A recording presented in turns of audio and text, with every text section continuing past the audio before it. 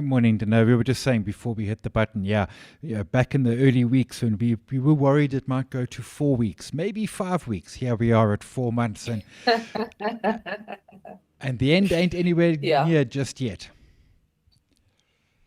Yep. And then eventually when we realize it's going to take a while, we're like, yeah, maybe August. Yeah, Maybe August, and August is next week, and that's we're not anywhere near open.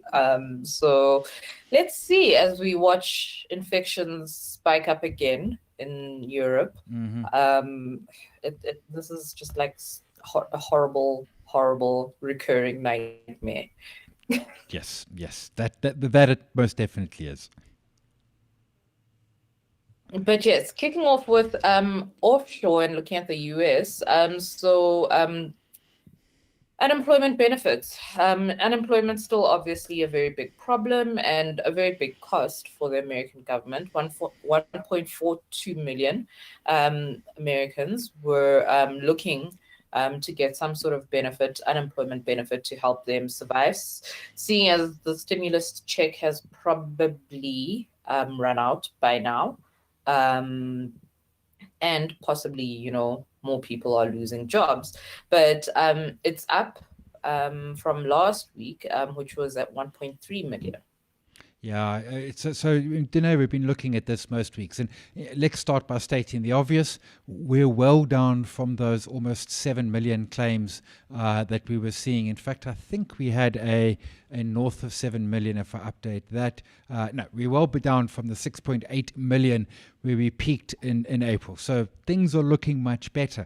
But what I've been saying for the last couple of weeks, month or so, is it got back nice and steady to around that 1.3, 1.4 million new jobless claims per week, but it's just not breaking lower. And a week ago we had a sort of a low for the period, and now we've spiked up to 1.4 again. And you can just see that graph. It's sort of, I suppose, it's doing what the COVID cases are doing in many markets, where it's kind of plateauing. Certainly stopped the rise, certainly well off those highs, but it just can't break through a million, never mind get back to, we used to talk about how, six or 700,000 was the previous worst ever, and that was back in the 0809 crisis. And it's just, monitoring this to get a sense of kind of like the easy wins over. And I suppose it's the same with the pandemic generally, is that, you get over that first initial hump, you put in some place, some social distancing, you wear a mask, you wash your hands, but you just can't get rid of it. You can't get back to normal. And I think we're seeing the same here with the US economy. Large parts of the US economy are back, they're trading. Large parts of the US economy, Amazon and Microsoft and others, are doing perfectly well during the lockdown. But we can definitely see that there's a significant part of the economy that obviously isn't yet back to normal. And that was always going to be my fear, was can we get sub 11, 10% unemployment rates, and how long to get back to that sort of magic 3, 4, 5% unemployment rate in the US? Yeah, and I mean, yo, it's gonna be quite a bit of bated breath type of holding, because I think, like, as the virus sort of spikes and calms and spikes and calms, we're just gonna be seeing this open shut, open shut, open shut type of movement. So who knows? I think at this point in time, normalcy in inverted commas is something we'll see probably next year only. I think for the rest of this year, we might as well just hold our breaths, Yeah, really. I think you're spot on. And we were saying before we came on, and everyone was saying, a vaccine and normalcy would be 2021, and we were gobsmacked. We're like, no, it's April. Come on. Now it's like, please, 2021. Just can we make it like early 2021? But that is going to, I think, be as you point out, the sort of normalcy in the process. Yep. And I suppose, unsurprising, really, the gold price has gone and shot through the $1,900 dollars price point.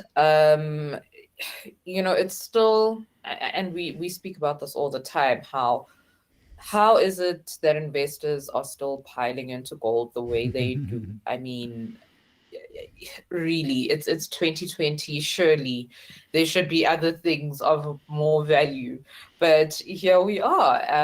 It just continually beating highs, continually soaring. It's like Tesla. It is a bit like Tesla, and it is. Look, I got to be honest. I'm one of those people who's on the gold train. I'm also one of those people who, for up until about 6 months ago, would say the only time I bought a gold share was when I closed a short, and that kind of worked. And that chart I've got here is the gold mining index, the J150. We're going back to 1995, and you can see what was ultimately almost a 20-year consolidation period. This is a monthly chart, and it's absolutely gone crazy in the last 4 months, and it hasn't stopped. And the gold in of itself, I mean, it's a weird concept. So why are you buying gold, and what's the benefit to it? Well, quite frankly, the people are worried about inflation. We've seen no evidence, but at some point it might start to come. Even our inflation is running at generational lows. We haven't seen inflation coming anywhere, but that's a concern. Worried about debasement of currencies. Again, the US has been printing like crazy now for over a decade. Japan for 2 decades. Europe for about 6 or 7 years. And we haven't seen any of it. And then that raises to me an interesting question. The whole idea that you can't just use quantitative easing to get yourself out of a financial crisis. But maybe you can, because it's what we did in the 2008, 2009 globally, and everyone was telling us we were kicking the can down the road, and I agreed with that assessment. But the truth of the matter is the next crisis, it wasn't financial, it was medical, and maybe we're not going to see the inflation, maybe we're not going to see the debasement of the currency. That all said, gold at 1930 this morning when I got up bright and early, trading at all-time highs, and gold miners are absolutely on fire. So at this point, I'm on the bus simply because it's a case of, don't get left behind. If something's running, I'm a momentum trader, I'll jump onto it. But there's Pan-Af. At massive all-time highs. AngloGold Ashanti, again, all-time highs. Harmony, the one lagger. We must remember in 2002 there was some corporate activity that got everyone excited. Goldfields was maybe going to take them over. Goldfields itself, massive all-time highs. DRD, again, it's a different business to what it was 20 years ago. Back then they were a miner, now they do tailings. But hey, gold is currently the story, and there's almost a flip side to it. It's becoming a crowded trade, and what I mean by that is, I speak to sort of people who've been in the market for a decade or two, and I say to them, "What's the gold story?" And they all start by saying, "Look, I'm not normally a gold bull, but." Which means everyone's in gold, which bothers me a bit. But hey, right now, if everyone's in gold, that's where you need to be, and why not? Why not? That's where the action is, crazy as it might seem.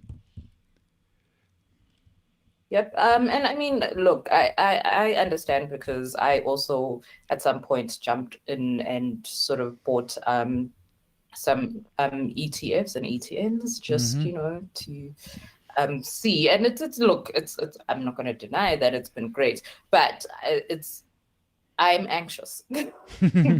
I'm very anxious. And I'm very jittery about it. And every now and then I'm just, I see the price and I'm like, should I get out now?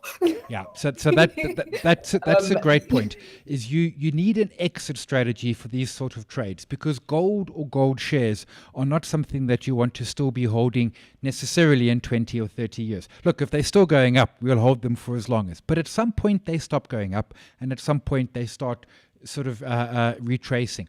So we need an exit strategy, and the easiest exit strategy is just a price-based one, but then you've got to give it a lot of wiggle room, because I mean, GLD is up 50% in the year, and I can't even compute 400% in the decade. Now the 400% actually is kind of in line with the S&P. But you've got to, you can't just exit on a 5 or 10% pullback, because this thing could pull back 20, 25 and then run again. So my problem is always, getting in is easy. Getting out, that's the hard part. That's the really hard part. Yeah. And you'll note what I'm doing here is I'm telling you you need an exit strategy. I'm not proposing one because, I'm in the bus as well, but I don't really have a strategy either. For now, I'm just, basking in my cleverness of finally buying a gold stock, albeit 6 months too late. Yeah, and I think that's the tricky part, Simon, is the anxiety. I think for other stocks that are growing at normal, in inverted commas, Mm-hmm. rates, you're sort of like, I can more or less work my way around this, and I can look at the fundamentals, and I Mm-hmm. can understand, what it is. I can follow the results, hear what management is saying, and then make my decisions Yeah. really based on a lot of information, not just, well, everyone's doing it and it's going up, so I mean, I might as well. So it's a very tricky instrument to sort of try and work your way around. And I mean, even the if you are have exposure to the like the Resi ETF, Mm-hmm. so there you're buying into the companies, and but how much of this rise is actually supported by company fundamentals versus just, hey, the market is going, so the companies are going to go with it. And that's really my concern, because you get the updates, that some of the mines haven't been operating at full capacity, and blah blah blah, the whole shebang around the actual fundamentals.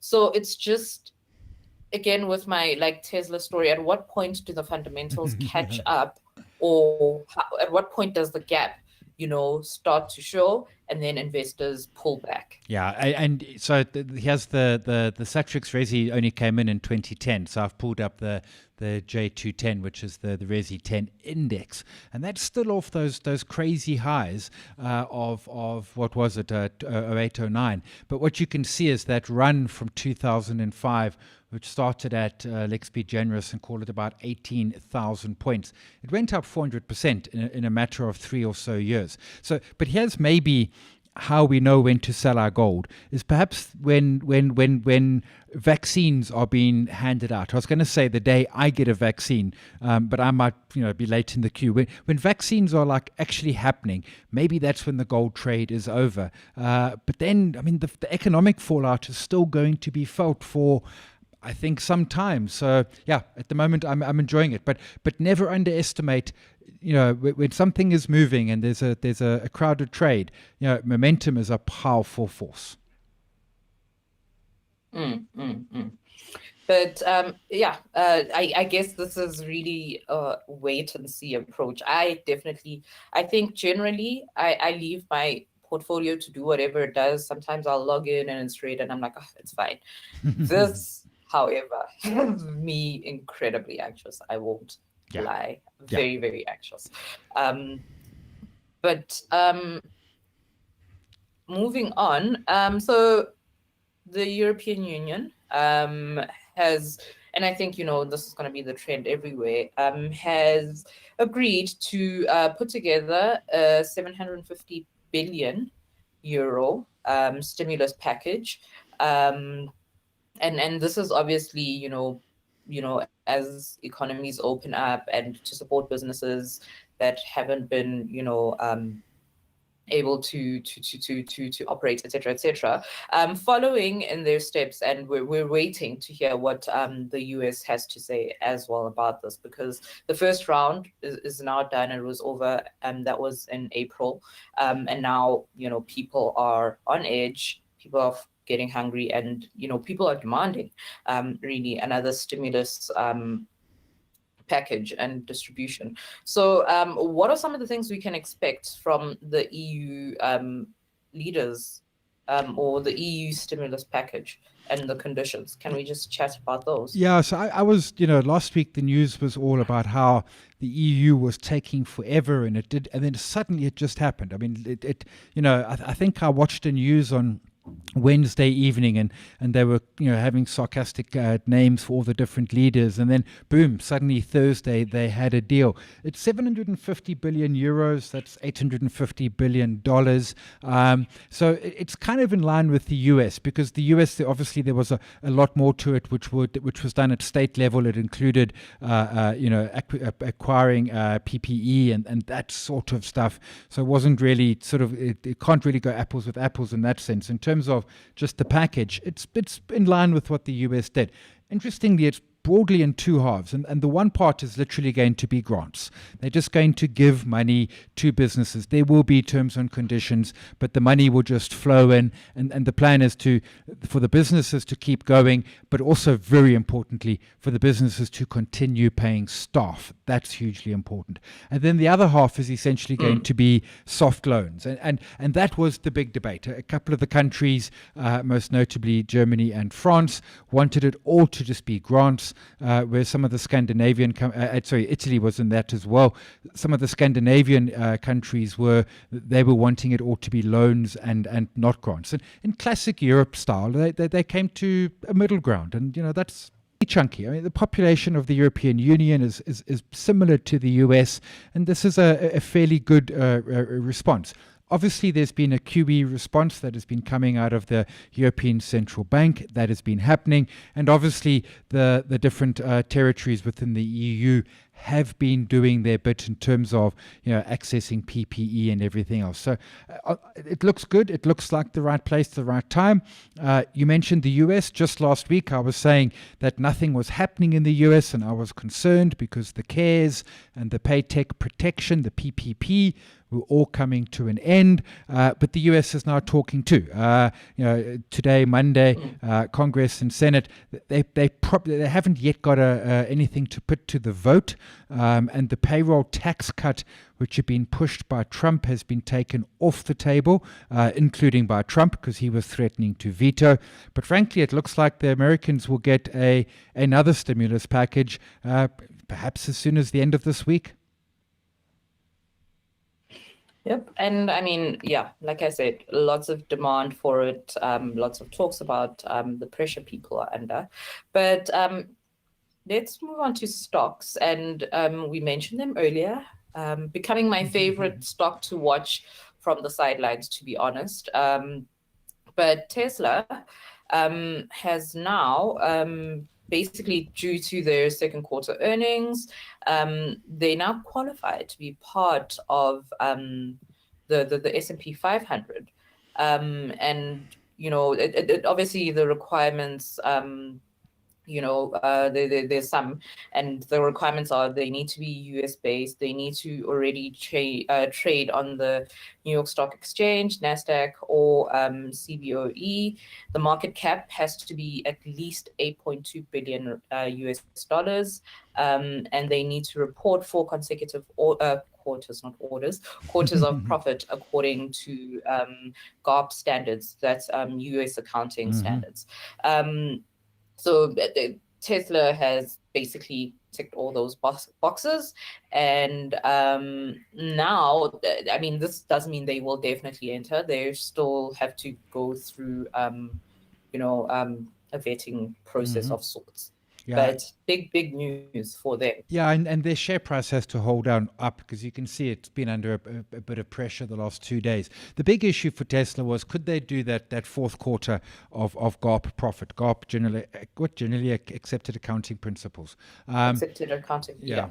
And because they'd done the 3, but Tesla's a little hit and miss, and they did it. So they've ticked the boxes. They might not still get in, but there's a very solid chance that they will get in. And of course, then everyone turns around to the passive investors such as me and says, you're going to own an overly expensive motor car company. Because make no bones, I mean, the best way for Tesla to actually get their production up to 10 million cars a year is, frankly, to issue shares and buy General Motors, because they're still plunging along at about 500,000. General Motors, Toyota, they're doing 10, 11, 12 million vehicles a year. But the whole point of passive, and I go back to the Amazon example.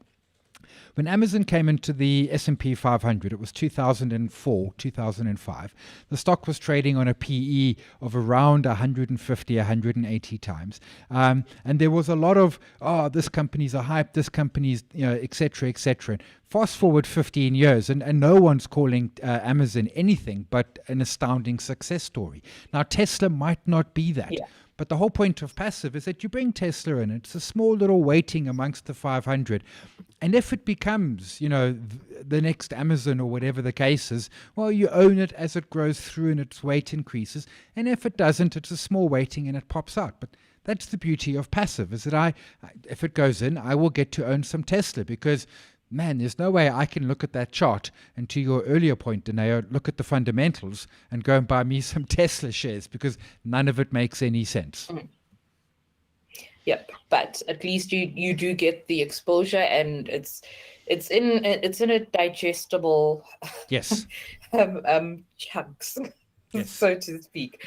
And I think that's also why I've generally, apart from a small amount put towards gold, like pure gold tracking ETFs, I've generally stayed with my resi because, and I'm glad we sort of looked at each of the companies within what makes up some of the gold stocks in theirs, because you're like, not all of them are doing the shooting the lights out thing, which is great. They probably will, but at this point in time, not everything is just completely disjointed from the fundamentals. So I can digest that, and I can digest, the inclusion in the S&P 500. What I cannot digest, and as a fairly cautious investor, I think, who's not prone to liking things, or who's not completely unlikely, but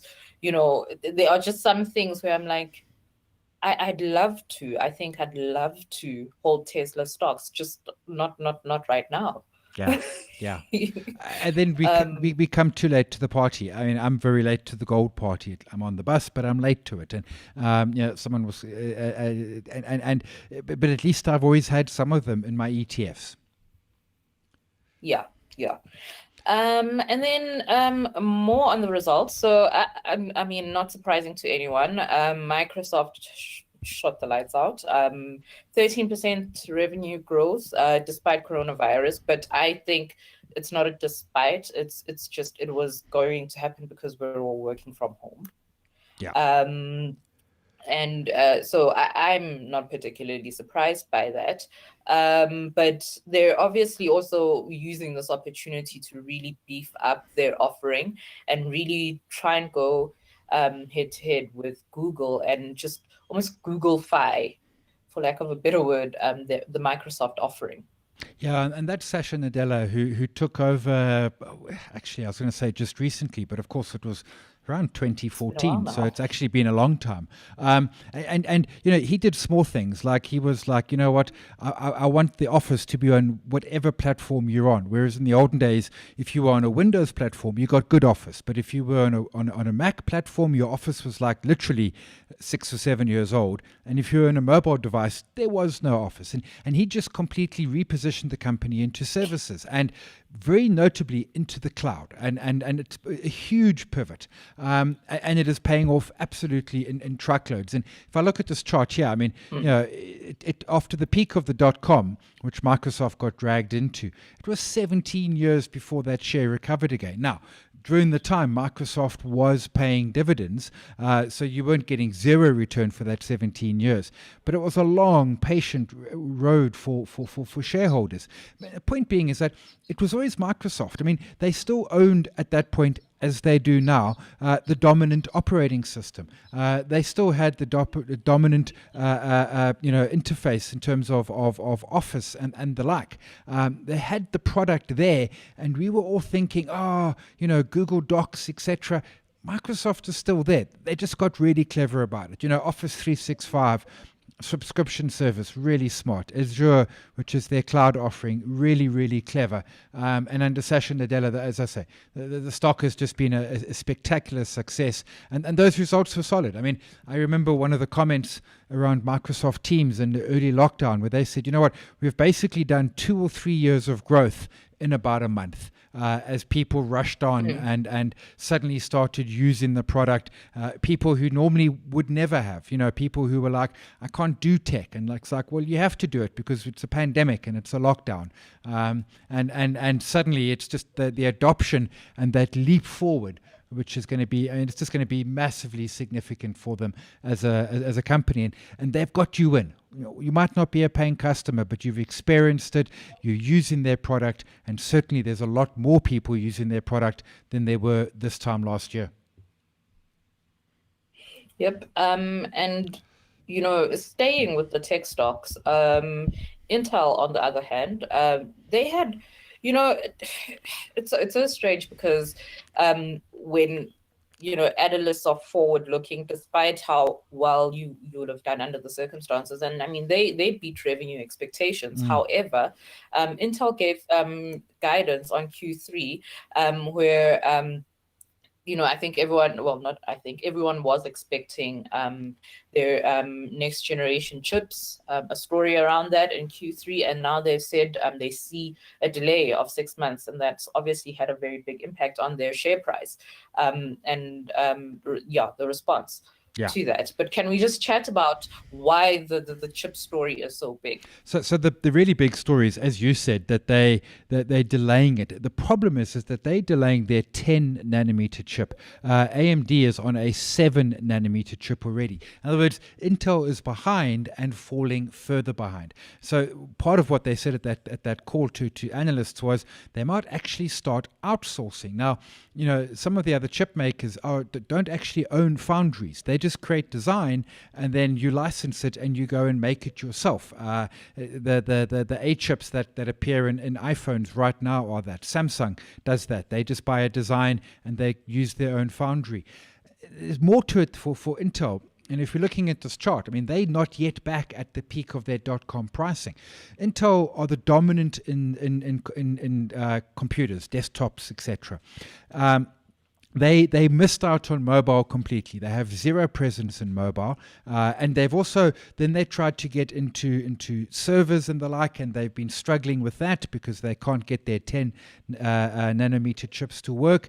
And they've also thought maybe they could get into self-driving cars or Internet of Things, and that hasn't really worked either. So suddenly the question then is for Intel is, well, with respect, what is their future? If they're behind the curve on their core tech, they haven't got any of the new exciting tech. They're going to have to start outsourcing their production.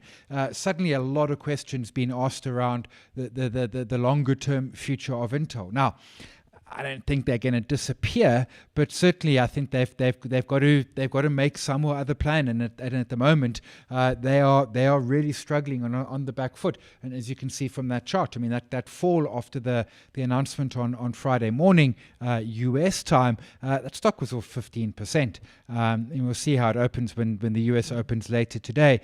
But they've just, after having been literally for decades, the 70s, 80s, 90s, and even into the early 2000s, Intel owned chip making, and now they don't. Now they're sort of behind the curve, and it's hurting, and it's showing in their share price.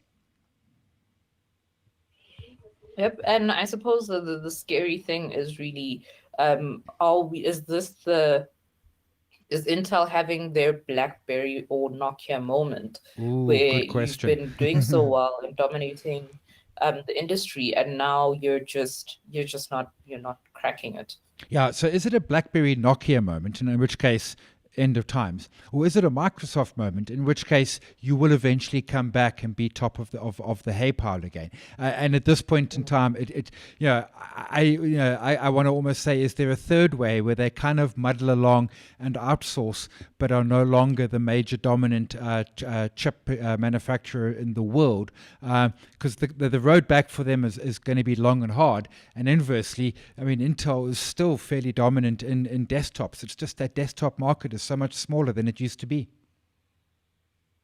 Yep, definitely. All right, and then turning our attention to SA and what's been happening locally. So last week we saw another 25 pip cut, not really surprising, and we're expecting one more for before the end of the year. Lots of people rushing to go buy houses, lots of people warning people against rushing to go buy houses. um, but I think for anyone who who has quite a bit of debt on themselves, a very good time to sort of pile into that debt and really try and shed as much of it off as possible. Let's chat about the rate cut, Simon, and what this, how does this eventually play out a year from now?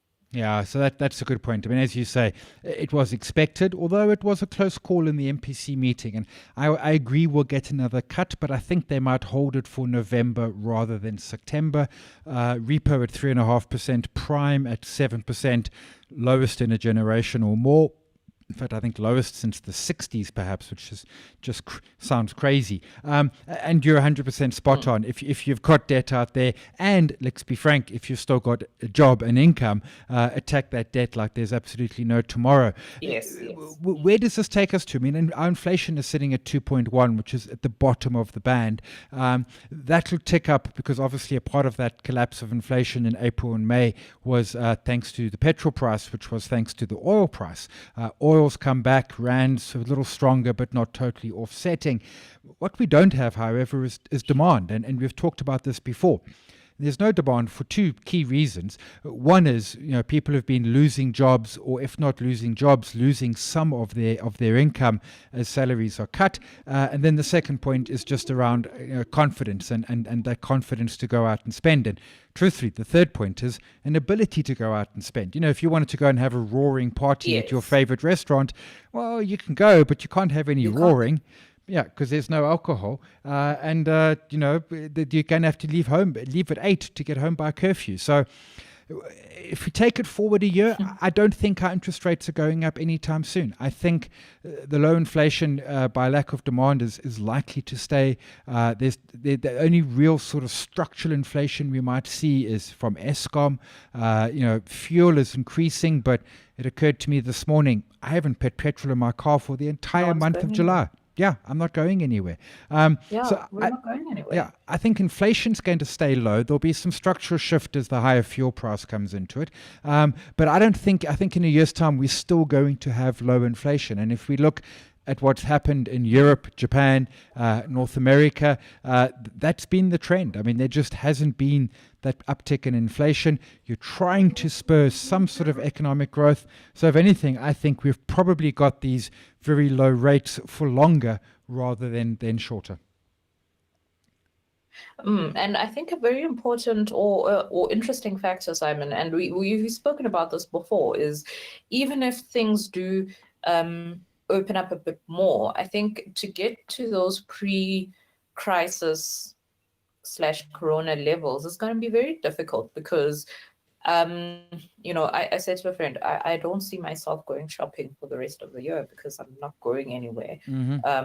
All my clothes are sitting doing nothing. So what I've taken to do is perhaps every time I go to the shop, which is like once every 2 weeks, is I might dress up, but that's also like the only thing I change really is the top I'm wearing. I mean, jeans are jeans. So there's no incentive really apart from food to actually go shopping. And I think the only shopping I did this year was to buy clothes for my son, but that's because he's the only person who's really outgrowing anything in the house, so he can't wear what he wore last year. The rest of us can. So it's just, again, much like, when do things get back to normal? If we ever go back to the office, that's the only time I see myself getting to pre-corona spending levels. And even then, I'm not going to be going into the office every day. So it's unlikely that it's going to be, at those pre-crisis Yeah. levels. So I think it's going to take a very, very long time to get to, under this new normal, it's going to take a very long time to get inflation to where it needs to be and get, demand to where it needs to be. Yeah, and when we say long time, let's not kid ourselves. This could take 5 years. It could take a decade. The other point from the governor's speech last Thursday was he's looking for GDP to now be 7.3%, minus 7.3% for South Africa for the year. And as we have been saying regularly on this podcast, it started off during the pandemic. People were saying 6, then 6.4, then 7. What you see with his GDP, and that's not just our local treasury or our own reserve bank, it's the IMF, it's the World Bank, it's globally, is as the year goes on and the reality sort of sinks in, those GDP forecasts have been getting downgraded again and again and again. And frankly, it's still only July, so there's still space for more downgrades before we actually start getting final GDP numbers for 2020. But yeah, very, very complex times we find ourselves in. Tonight, we're getting news about the much spoken about IMF loan, 70 billion rands. I almost said dollars. Which is a very big thing. And, I think there's been a lot of talk about, we've asked for 500 billion. Where has that gone? Well, where does the money keep going? And I think the one thing is, we haven't received any money yet, my understanding.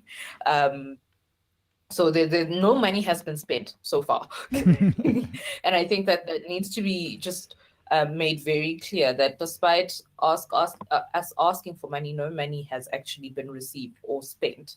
We really, really, but it's just a consequence of realizing that, this is, a lot of us have underestimated the real impact of this virus, really. Yeah, and 70 billion. I mean, and this is all speculation. It hasn't been confirmed, but there's some fairly good sources suggesting this. 70 billion rands is quite a small number. We truthfully need $70 billion. I suspect what the IMF is doing is trickling it in, and certainly we've seen that in other economies that have already got pandemic funding from the IMF. And what they're doing is they're making the process easier and they're making the process less onerous. But they still have terms and conditions. And how they will work is they will want something to happen. And when you do it, they will release the money. In other words, they're not going to give you the money on promise. They're going to say, cool, you can have this money if A, B, and C are done, but first go and do A, B, and C, and then the money flows. So what's going to be of most note around the IMF loan when details are announced are what are those terms and conditions, because of course we need to do them to get the first tranche of money, and then secondly, if we want further tranches, we need to have shown that we're going to do and keep to our story. And this could be, I suspect is probably going to be the first of many, and we've seen this with the IMF and the World Bank the world over. Is countries that 6 months ago, and certainly in our budget in February, and I remember I was in Cape Town for Minister Mbueni's budget, and it was a really, really solid budget.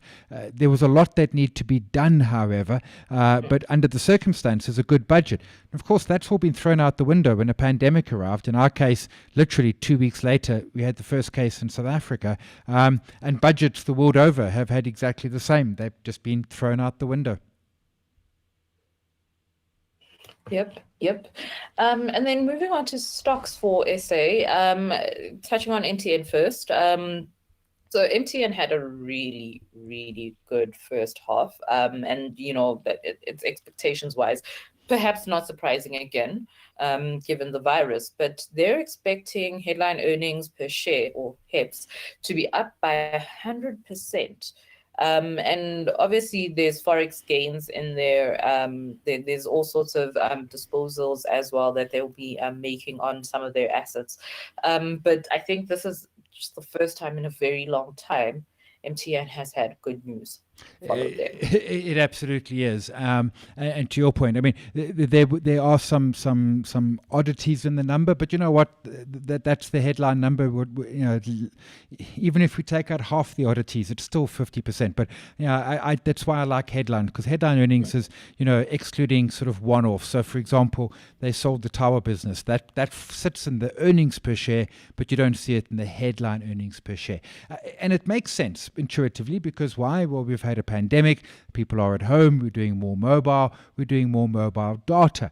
I had, however, been concerned, as I think some of the market had as well, is that some of their big markets are, what their biggest is Nigeria, which is an oil-based economy. Iran's a significant market for them, another oil-based economy, but certainly they've weathered those storms, they've come through them fairly well. The numbers are looking really solid, and the share responded accordingly. Had a really good day last week when the news initially came out, and today's back a bit. But there's that gap that sits up there, sort of closes at about 73, and I'm wondering if it's going to do a Sasol on us and maybe in time close that. But good numbers from MTN, and then my question comes: the share price here has been doing fairly well, but where's the love for Vodacom? Because Vodacom hasn't been. Vodacom, it's been muddling along, but it seems to be getting a little less love. Although I know today Vodacom's having a really good run on the market, and maybe it's going to start finding itself with a little more interest.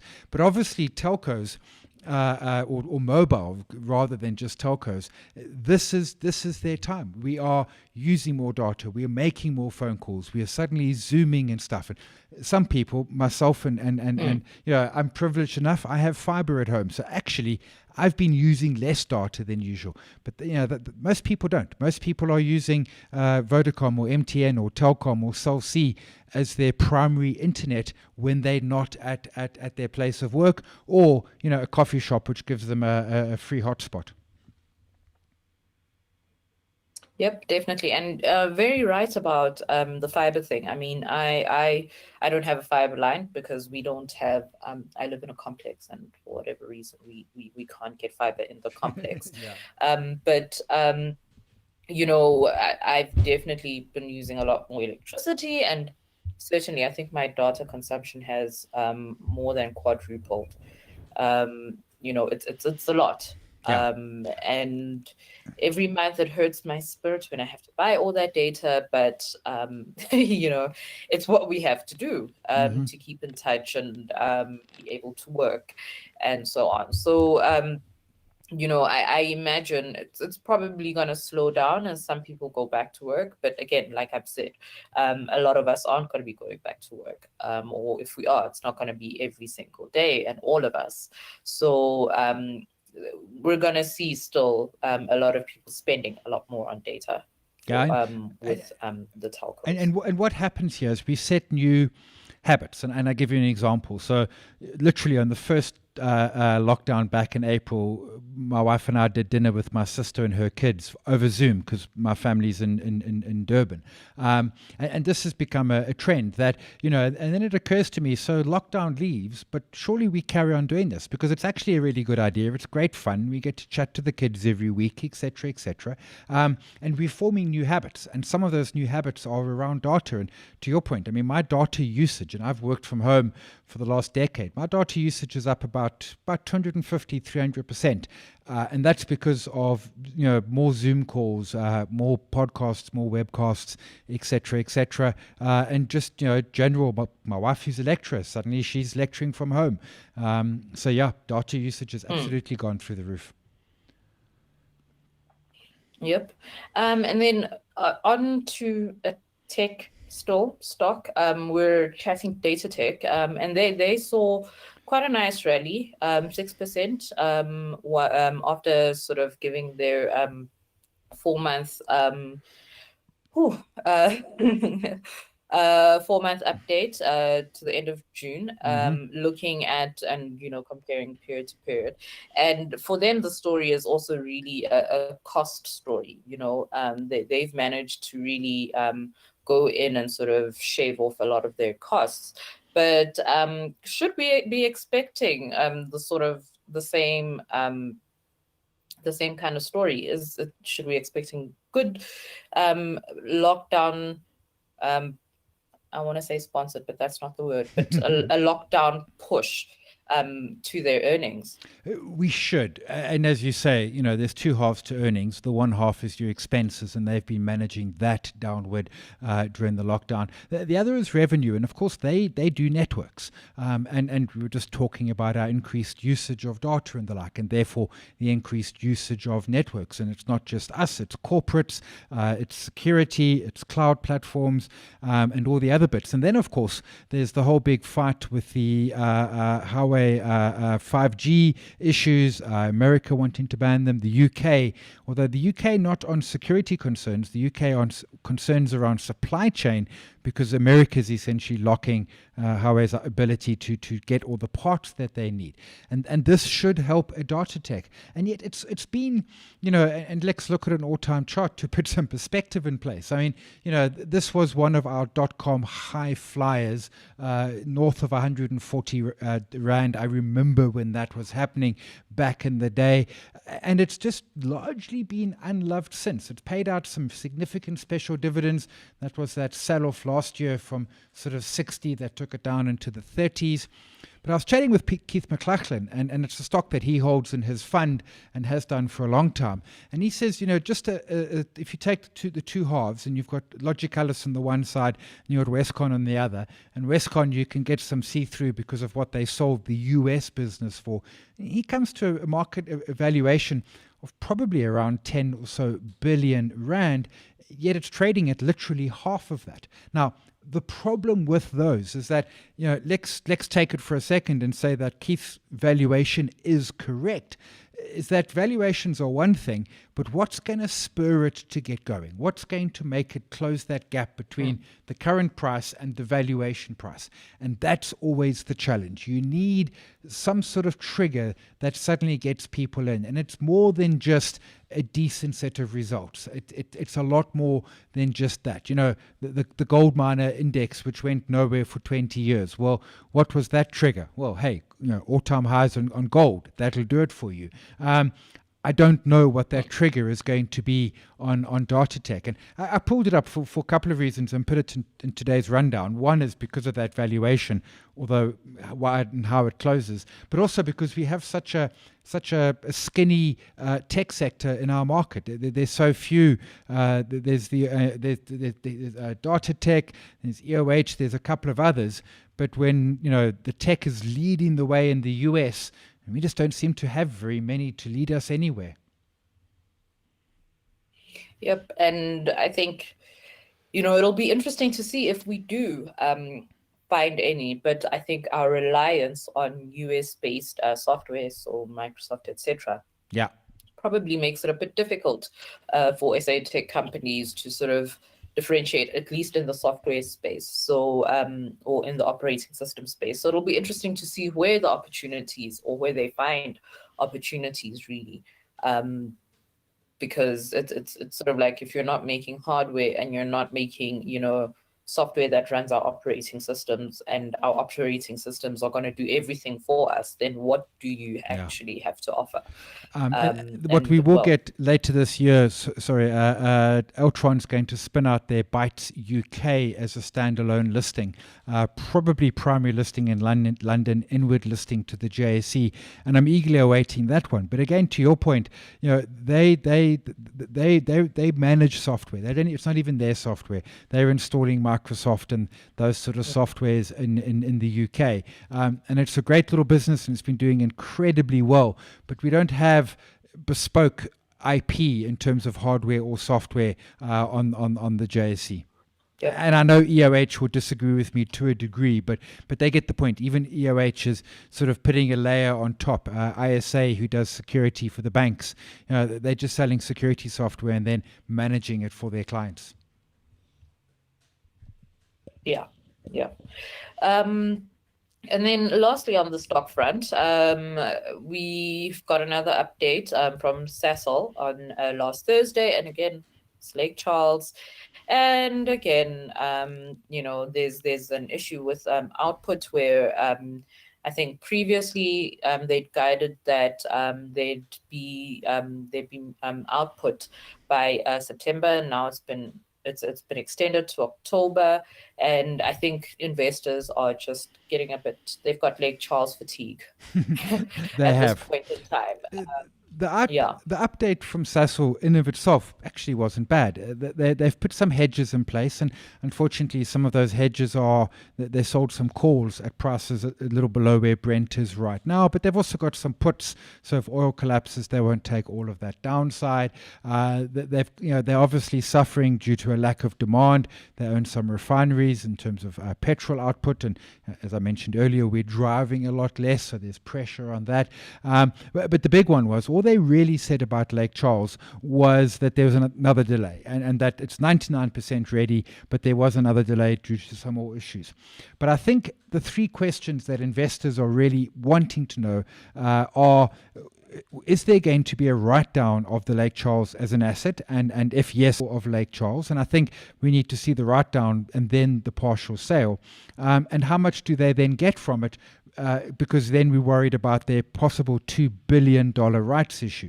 Now, they're selling some other assets, and that's plodding along, going a little slower than perhaps one would have thought, although truthfully, there's a pandemic out there, so we'll give them a pass on that one. But the big question really is Lake Charles the write-down? Do they get a partial sale, and what is the resultant requirement for a rights issue? And what you can see is ever since it closed that gap and spiked, came back into it at the beginning of June, and Sasol's now just pretty much trading sideways in a fairly tight range, about a 20 Rand range, 130 to about 150. And it's basically the trading update or the results, and quite possibly the trading update, but definitely the results are going to, and any suggestion that we know which way is probably a bit of guesswork.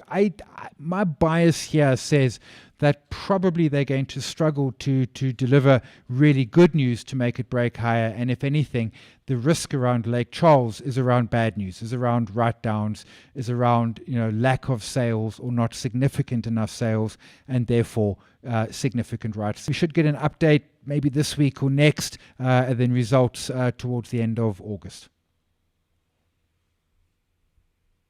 Yep.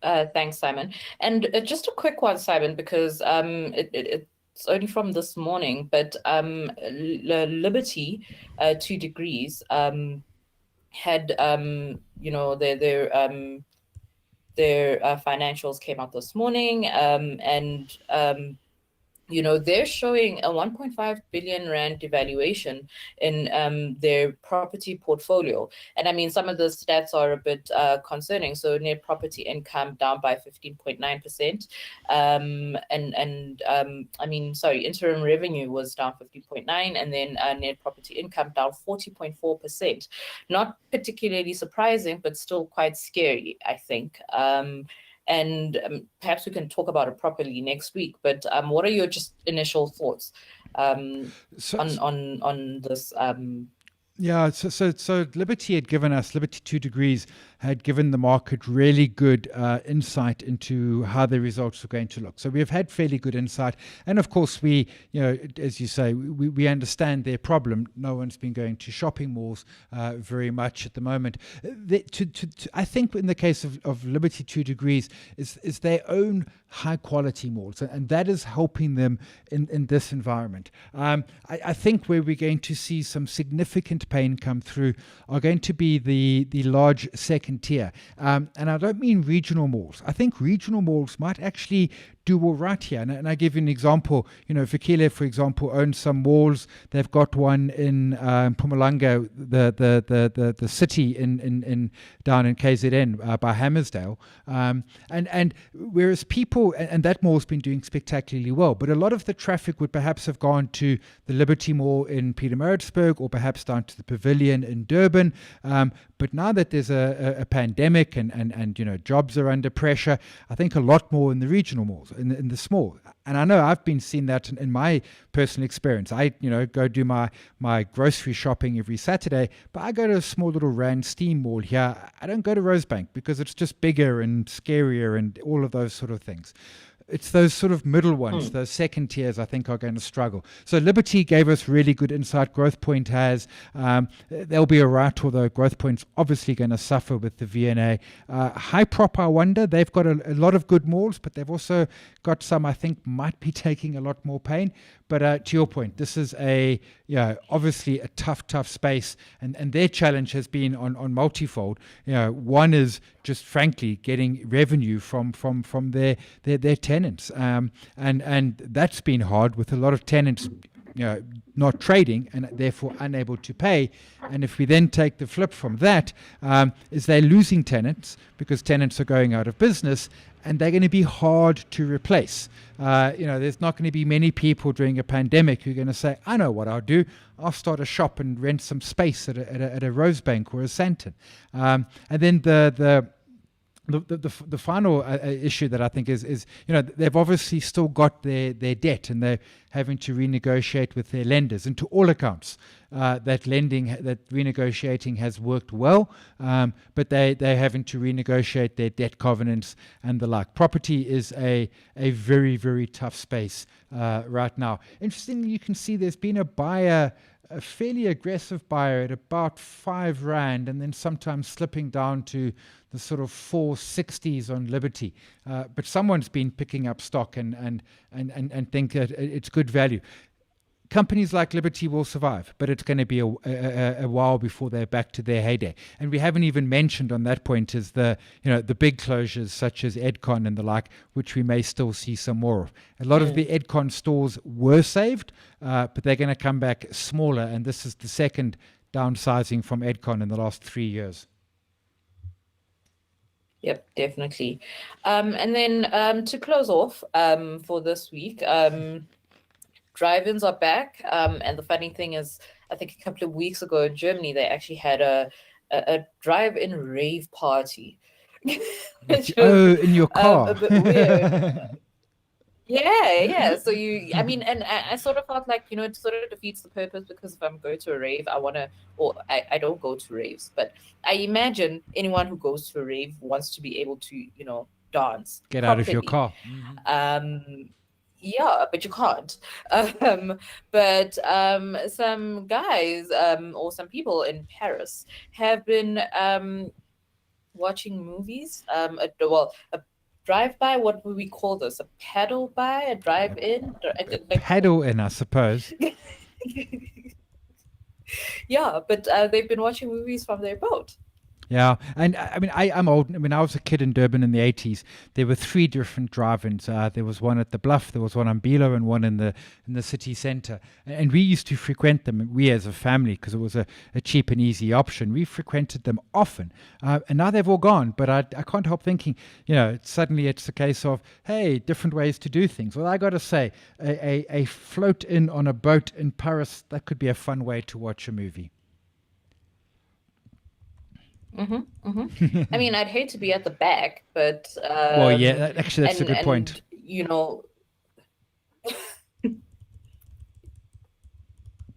Yeah, because usually at a drive-in, usually in the drive-in they position the cars clever, but in a boat you're all in the same level. So if you're at the back, you just can't see it. Yeah, but I suppose anything to be able to do something socially. Although I think I quite like the idea of somebody's backyard as a drive-in, especially because I really, really was looking forward to some movies this year, and I'm absolutely gutted that I'm not going to be able to go to it's actually... She's showing old classics from like before you were even born. I think the one she's doing is Fantastic Mr. Fox, which is probably older than both of us put together almost. Actually, I take that back, but it's very old. But yeah, I think we're going to find very interesting ways to socialize and, find entertainment. But Simon, thank you very much for a lovely week again. And to everyone, please, those who may not have registered, if you go on to the GoTo stage, you'll be able to find it.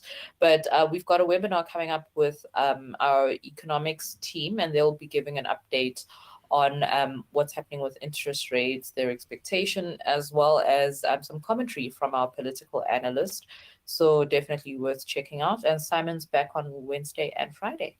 Yep, Dineo, absolutely. And then back to normal again, as always, next week. Everyone stay safe, wash your hands, and wear a mask. Yes, please. Yes. Thank you, everyone, and goodbye. Cheers.